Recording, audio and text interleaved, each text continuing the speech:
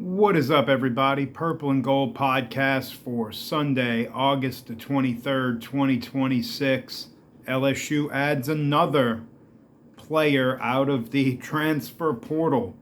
Former Ole Miss tight end DaeQuan Wright, most recently of the Cleveland Browns and the Philadelphia Eagles in the NFL, has been waived by the Browns, and assuming he clears waivers, will be an LSU Tiger. We will discuss that, and we will also discuss where LSU is on defense. We discussed offense in the last podcast. LSU and Clemson 13 days away from teeing it up in Tiger Stadium on September the 5th at 6:30 p.m. Death Valley is going to be electric, and LSU is seemingly poised to be putting a team on the field which may not be complete even at this late stage. So let's talk about DaeQuan Wright, and let's talk about, again, a brief refresher. There were 16 NCAA football players. There were numerous other athletes who were granted a temporary restraining order by a Louisiana judge to be eligible to play. These were members of the class of 2022 who basically sued for a fifth year after the 5-for-5 rule passed. And one of them was DaeQuan Wright.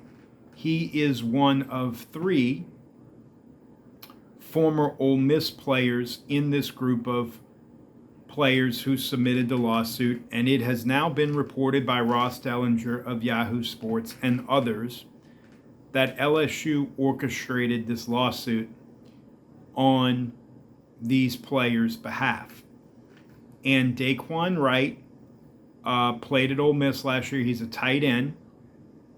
He had over 600 yards. He will help LSU. There's no other way to say it. Trades Green is not an inline tight end.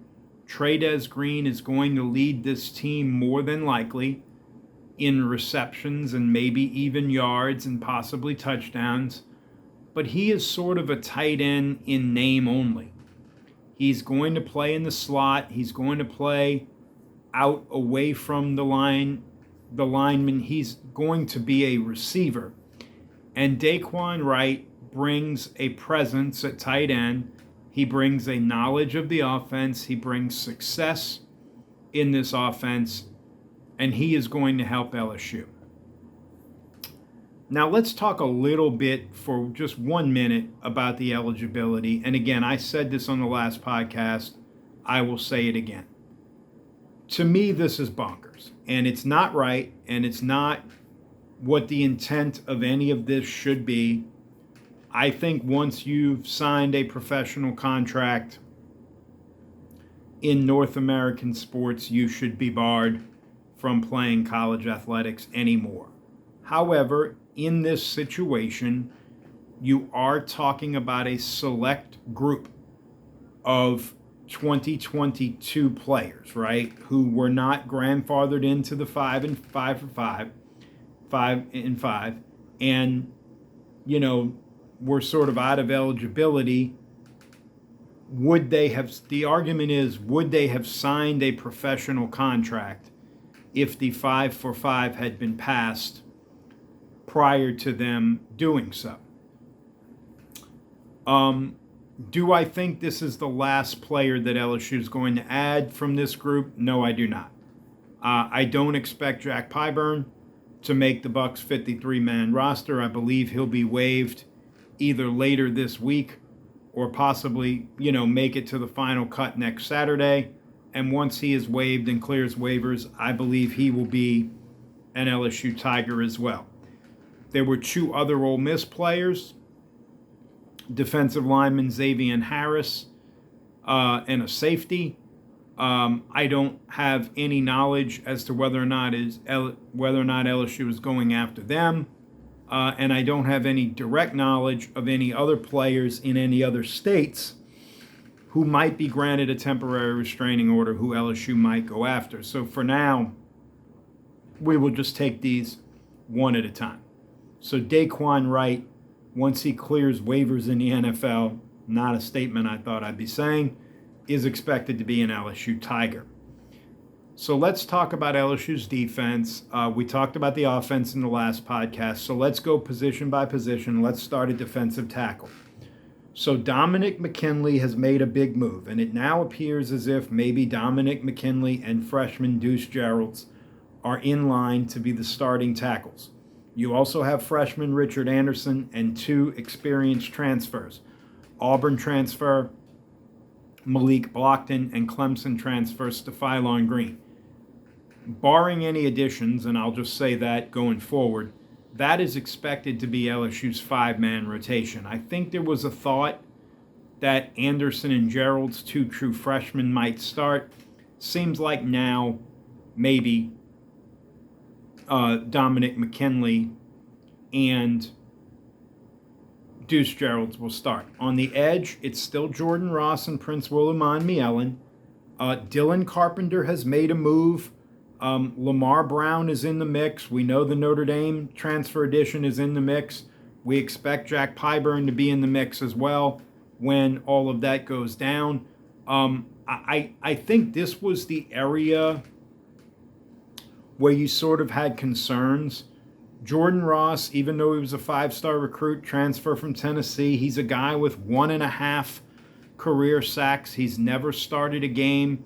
I think LSU was looking for some people to emerge beyond Prince Willimon Mielen. Seems like Lamar Brown was doing that.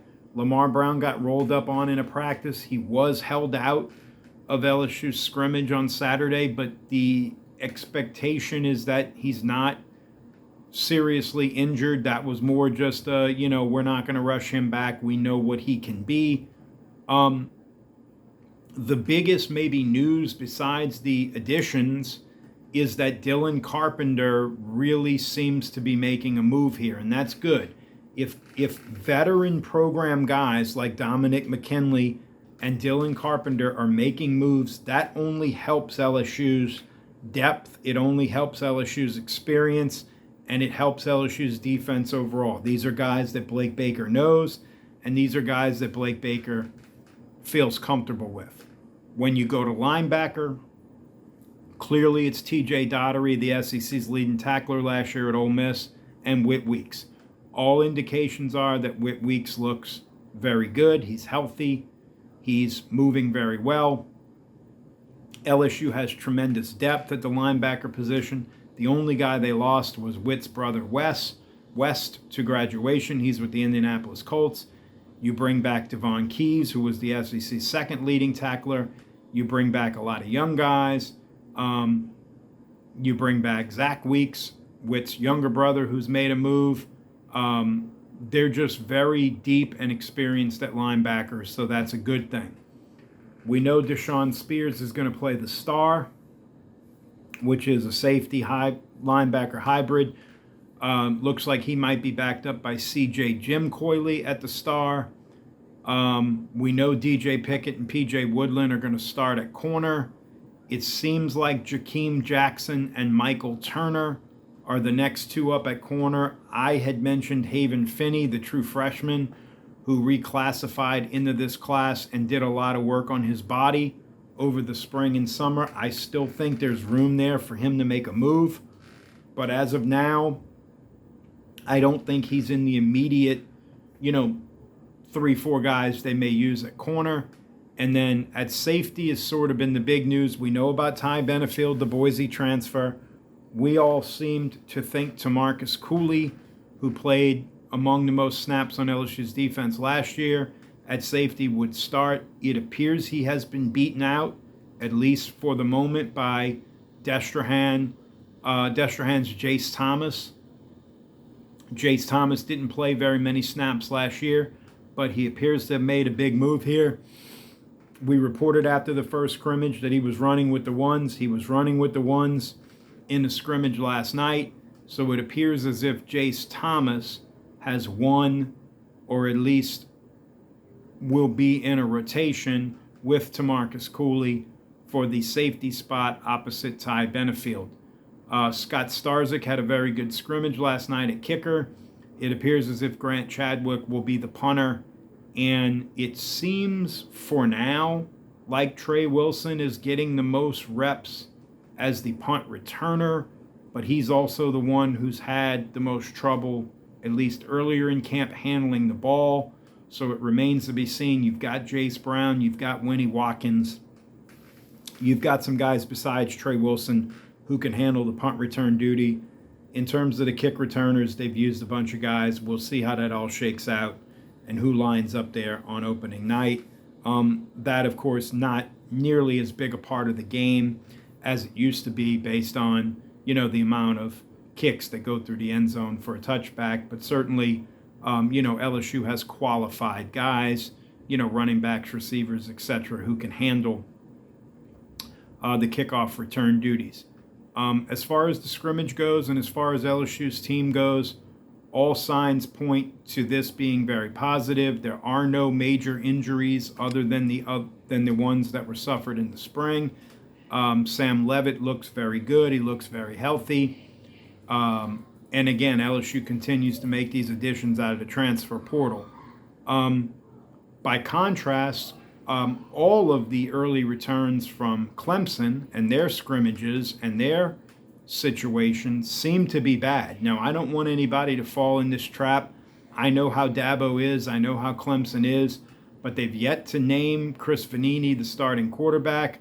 They seem to have major issues. Their star defensive tackle was suspended indefinitely yesterday. This is a team that I think will come into Tiger Stadium a fairly sizable underdog, maybe as much as 10 or 11 points by the time it's all said and done. And I do suspect that the vibes around this team will not be good. Now look, LSU's got to go out there and play football and win this game, right? It's a Power 4 team. Dabo Swinney's a national championship winning coach, and LSU's not just going to roll the helmets out there on Lane Kiffin's first game and win this game. But from a total vibe standpoint, everything seems to be shooting up for LSU. Everything seems to be shooting down for Clemson. We will be here to cover it all as the week progresses.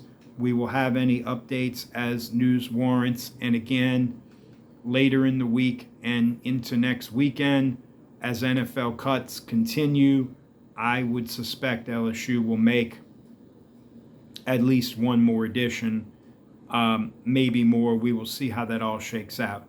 That will do it for tonight's episode of the Purple and Gold Podcast. Please like and share and subscribe to the channel if you're not already. And again, if you've got a mom, an aunt, a sister, a dad, a girlfriend, a wife, even if they don't watch YouTube, if you could have them go and subscribe, it means a lot.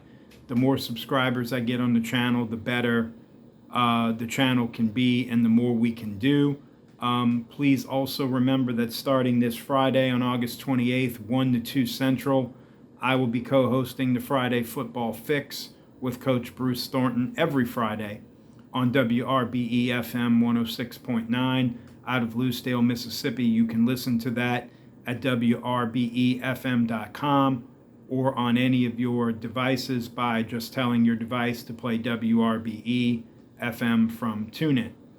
So that'll do it for today. As always, be good to one another. Enjoy the flickers of your weekend. This week, we have college football next Saturday. So this week is a game week for some. Again, be good to one another. Always hold the rope. We've got Skip Burtman's Celebration of Life on Tuesday night.